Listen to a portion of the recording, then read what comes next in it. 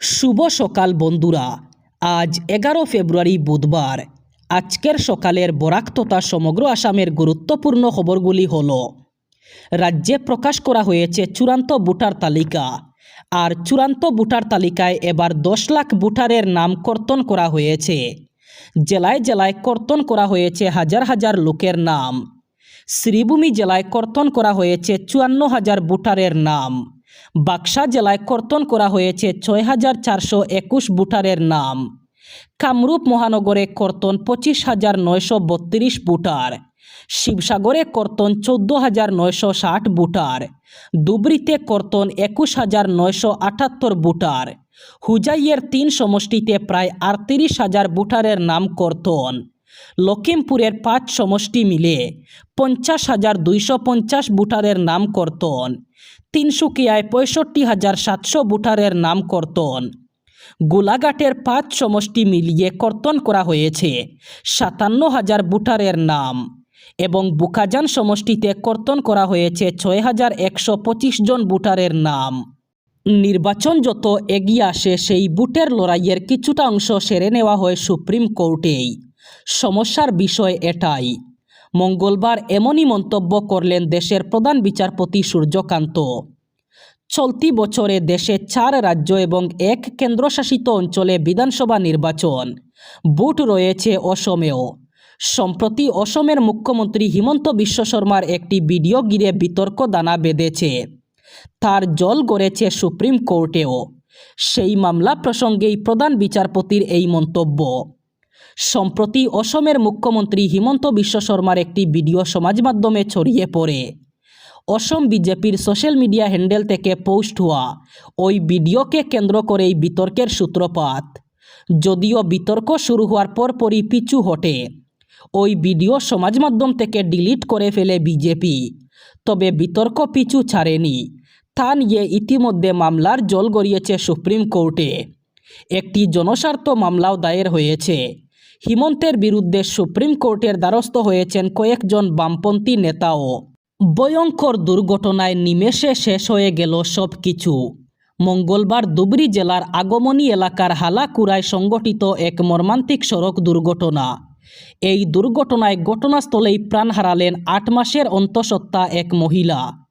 গুরুতরভাবে আহত হন চালকসহ আরও 2 জন যাত্রী। জানা গেছে, ধুবড়ী থেকে 17 নম্বর জাতীয় সড়ক ধরে আলিপুরদুয়ার রেল স্টেশনের উদ্দেশ্যে রওনা হয়েছিলেন তারা। সেই সময় গাড়িটিকে একটি ট্রাক সজোরে ধাক্কা মারে। পরিবার সূত্রে জানা যায়, আলিপুরদুয়ার থেকে ট্রেনে করে পাটনা যাওয়ার কথা ছিল তাদের। নিহত মহিলা মামার বাড়ি রয়েছে পাটনায়। নিহত মহিলার নাম লিজা তিওব বলে জানা গেছে। দুর্ঘটনায় গুরুতরভাবে আহত হয়েছেন শুভজিৎ সাহা, অঞ্জলি মাঝি এবং দিলীপ বিন। আহত 3 জনকে ধুবড়ী মেডিকেল কলেজ হাসপাতালে ভর্তি করা হয়েছে। দুর্ঘটনাগ্রস্ত পরিবারটির বাড়ি ধুবড়ীর পালপাড়া এলাকায় বলে জানা গেছে। লোকসভার স্পিকার ওম বিড়লার বিরুদ্ধে অনাস্থা প্রস্তাব আনল কংগ্রেস সহ অন্যান্য বিরোধী রাজনৈতিক দল। যদিও এই অনাস্থা প্রস্তাবে সই করেনি তৃণমূল কংগ্রেস। সূত্র অনুসারে 119 সাংসদের স্বাক্ষর সহ এই অনাস্থা প্রস্তাব মঙ্গলবার জমা দেওয়া হয়েছে। এই প্রস্তাব জমা দিয়েছেন কংগ্রেসের মুখ্য সচেতক কে সুরেশ। যদি এই প্রস্তাব গৃহীত হয় এবং সংসদে আসে, সেক্ষেত্রে এ নিয়ে চতুর্থবার স্পিকারের বিরুদ্ধে অনাস্থা আনা হবে। তবে এই অনাস্থা ঘিরে বিরোধীদের মধ্যে ঐক্যের অভাব স্পষ্ট হয়ে উঠেছে। কংগ্রেস সহ বিরোধীদের পক্ষ থেকে স্পিকারের বিরুদ্ধে অনাস্থা প্রস্তাব আনা হলেও এতে স্বাক্ষর করেনি তৃণমূল। এদিন তৃণমূল সাংসদ অভিষেক বন্দ্যোপাধ্যায় সংসদের বাইরে সাংবাদিকদের জানান, 3 দিন সময় দিয়ে যদি কংগ্রেস অনাস্থা প্রস্তাব আনে, তাহলে তৃণমূলের সব সাংসদ তাতে সই করতে আপত্তি নেই। স্পিকারের বিরুদ্ধে অনাস্থায় সই করতে তৃণমূলের কোনো আপত্তি নেই। তাদের বক্তব্য, অনাস্থা প্রস্তাব আনার আগে যৌথভাবে স্পিকারের কাছে চিঠি দেওয়া হোক, 3 দিনের সময় দেওয়া হোক। এই প্রক্রিয়া মানা হলে তবেই তৃণমূল অনাস্থা প্রস্তাবে সই করবে। রাজ্যের রাজনৈতিক প্রেক্ষাপটে বিজেপির লাগাতার আক্রমণ এবং কুৎসা রাজনীতির বিরুদ্ধে কড়া ভাষায় প্রতিক্রিয়া জানালো করিমগঞ্জ জেলা কংগ্রেস। প্রদেশ কংগ্রেস সভাপতি তথা সাংসদ গৌরব গগৈকে কেন্দ্র করে বিজেপির একের পর এক মন্তব্য এবং আন্দোলনকে জনবিচ্ছিন্ন ষড়যন্ত্র বলে আখ্যা দিয়ে কংগ্রেস নেতৃত্ব স্পষ্ট জানিয়ে দিল, বিজেপি যতই গৌরব গগৈকে নিয়ে আলোচনা সমালোচনা করুক না কেন, তাতে আগামী নির্বাচনে ভারতীয় জাতীয় কংগ্রেসই আরও শক্তিশালী হবে। করিমগঞ্জ জেলা কংগ্রেসের মিডিয়া ডিপার্টমেন্টের চেয়ারম্যান শাহাদত আহমদ চৌধুরী এক বিবৃতিতে বলেন, বিজ্ঞাপন নির্ভর এই বিজেপি সরকারের ঝুলিতে দেখানোর মতো কোনো উন্নয়নমূলক কাজ নেই। রাজ্যের মানুষের প্রকৃত সমস্যা নিয়ে ভাবার সময় নেই তাদের। কে কি খাচ্ছে, কে কি পড়ছে, এইসব তুচ্ছ বিষয় নিয়েই বিজেপির মাথা ব্যথা। অথচ বাস্তব চিত্র একেবারেই ভিন্ন। রাজ্যের ঠিকাদাররা কাজ শেষ করেও মাসের পর মাস নিয়মিত পেমেন্ট পাচ্ছেন না।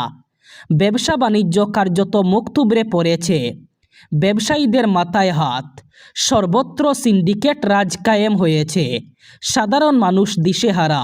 এইসব জ্বলন্ত সমস্যা সমাধানের কোনো সদিচ্ছা না দেখিয়ে বিজেপি নেতারা রাস্তায় নেমে আন্দোলন করছেন গৌরব গগৈয়ের বিরুদ্ধে। আসন ভাগাভাগির ফলে শ্রীভূমি জেলার দক্ষিণ করিমগঞ্জ আসনটি অসম জাতীয় পরিষদের দখলে যাওয়ার সম্ভাবনা দেখা দিচ্ছে। হুজাইয়ে দলের সভাপতি লুরিনজ্যোতি গগৈয়ের উপস্থিতিতে অনুষ্ঠিত একটি সভার পর এমন সম্ভাবনার কথা জানা গেছে। সংগঠনের শ্রীভূমি জেলা কমিটির সাধারণ সম্পাদক আবদুল্লাহ আল মাহফুজ চৌধুরী জানান, দক্ষিণ করিমগঞ্জে প্রার্থী দেবে দল। এ নিয়ে কথা প্রায় পাকা হয়ে গেছে। এছাড়া হাইলাকান্দি জেলার আরেকটি আসনে দল প্রার্থী দেবে বলে তিনি জানান। জানা গেছে কংগ্রেসের সঙ্গে জোটে রয়েছে এজেপি। এর ফলে রাজ্যের বেশ কয়েকটি আসনে জোট সঙ্গী হিসাবে প্রার্থী দেবে দল। লুরিনজ্যোতি গগৈ নিজেও বিধানসভা নির্বাচনে প্রতিদ্বন্দ্বিতা করবেন। বরাকের 2 আসনে প্রার্থী দেওয়ার সিদ্ধান্ত দল নিয়েছে বলে একটি সূত্রে জানা গেছে। সোশ্যাল মিডিয়ায় রাজনৈতিক সমালোচনা করে শাসকের রুষে পড়ার ঘটনা এখন আকসার ঘটছে। তখন একটি মামলায় তাৎপর্যপূর্ণ নির্দেশ দিয়েছে সুপ্রিম কোর্ট। তেলেঙ্গানা হাইকোর্টের একটি নির্দেশ বহাল রেখে শীর্ষ আদালত সম্প্রতি জানিয়েছে, সোশ্যাল মিডিয়ায় কেউ রাজনৈতিক সমালোচনা করলেই তার বিরুদ্ধে যান্ত্রিকভাবে অভিযোগ দায়ের করে গ্রেফতার অথবা অন্য কোনো ধরনের হেনস্থা করা যাবে না। সুপ্রিম কোর্টের নির্দেশে স্পষ্ট বলা হয়েছে, একটি অভিযোগ দায়ের হলেই পুলিশ পদক্ষেপ করতে পারবে না। প্রশাসনকে সময় নিয়ে তদন্ত করে দেখতে হবে। অভিযোগের আদৌ কোনো ভিত্তি রয়েছে কিনা তা খতিয়ে দেখতে হবে। তারপরই পদক্ষেপ নিতে পারবে। একই সঙ্গে অতি সক্রিয় থেকে প্রশাসনকে দূরত্ব বজায় রাখতে হবে বলেও নির্দেশ দিয়েছে সুপ্রিম কোর্ট। যাবতীয় নাটকের অবসান। টি-20 বিশ্বকাপে ভারতের বিরুদ্ধে খেলতে রাজি হলো পাকিস্তান। সোমবার রাতে এই সিদ্ধান্তের কথা ঘোষণা করেছে পাকিস্তানের শাহবাজ শরীফ সরকার। এদিন পাকিস্তানের প্রধানমন্ত্রীর সঙ্গে বৈঠক হয় সেদেশের ক্রিকেট বোর্ডের চেয়ারম্যান মহসিন নকভীর। বৈঠকের পর এই সিদ্ধান্তের কথা ঘোষণা করা হয়েছে। উল্লেখ্য, গত 1 ফেব্রুয়ারি পাকিস্তান সরকার ঘোষণা করেছিল, বিশ্বকাপে অংশ নিলেও ভারতের বিরুদ্ধে তারা মাঠে নামবে না। বাংলাদেশকে বিশ্বকাপ থেকে বাদ দেওয়ায় এই সিদ্ধান্ত নেয় তারা। কিন্তু পরবর্তীতে চাপের মুখেই তারা তাদের সিদ্ধান্ত প্রত্যাহার করতে বাধ্য হলে বলে মনে করছে ক্রিকেট মহল। এর ফলে আগামী 15 ফেব্রুয়ারি ভারত পাকিস্তান মুখোমুখি হতে চলেছে শ্রীলঙ্কায়। এবার বরাক উপত্যকার 3 জেলার আজকের আবহাওয়ার খবর।